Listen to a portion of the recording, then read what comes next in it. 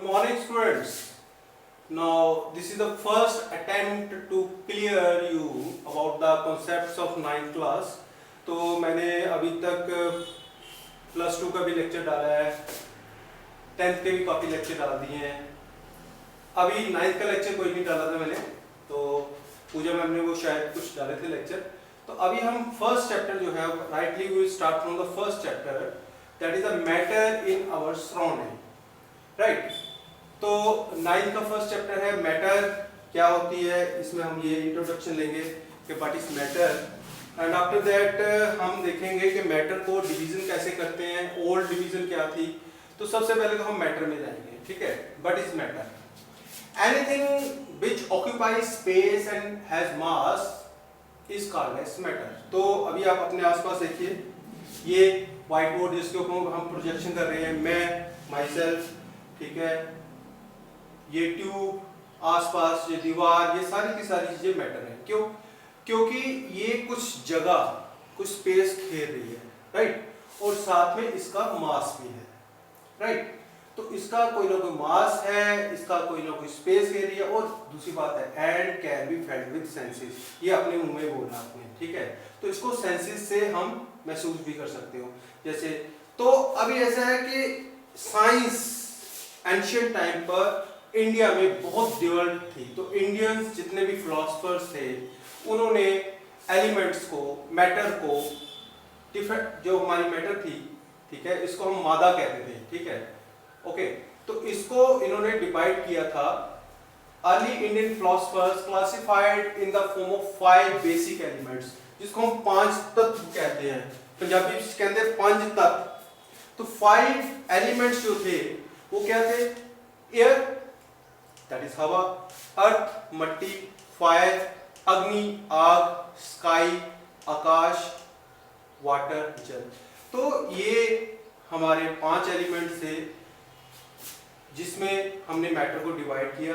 और हमारी नेचुरोपैथी, चिकित्सा भी इन 5 एलिमेंट्स के ऊपर डिपेंड करती है. Will discuss it later on. On the basis of the physical state, matter is classified as a solid, liquid and gas. अब कुछ लोग बच्चे बोलेंगे कि सर नहीं, इसमें कुछ और भी है.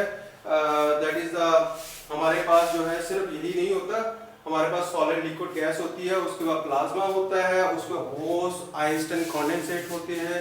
तो इट्स ओके, हम वो भी डिस्कस करेंगे, लेकिन हमारी 9th क्लास में जहाँ तक दिया हम वही पढ़ेंगे.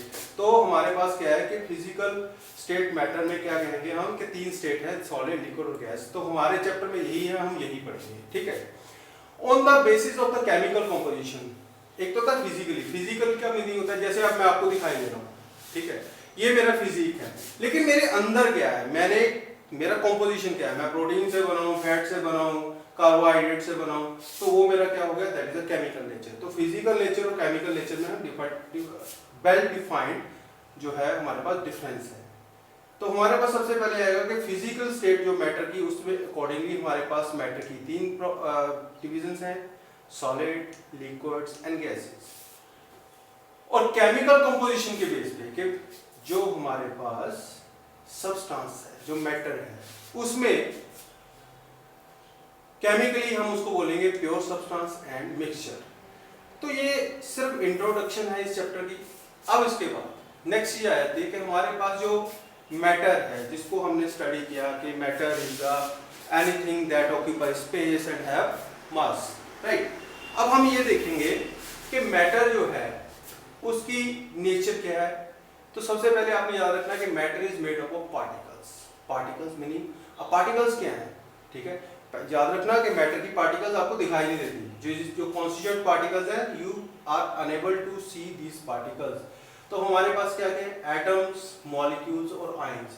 कोई भी मैटर है, इवन आई एम, मैं, आप, कुर्सी, मेज, जग, दीवार, हर चीज जो है वो किस चीज से बनी है?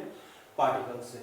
वो पार्टिकल्स एटम भी हो सकते हैं, वो मॉलिक्यूल्स भी हो सकते हैं, वो आयन भी हो सकते हैं. अगली बात यह है कि particles of matter are very very small.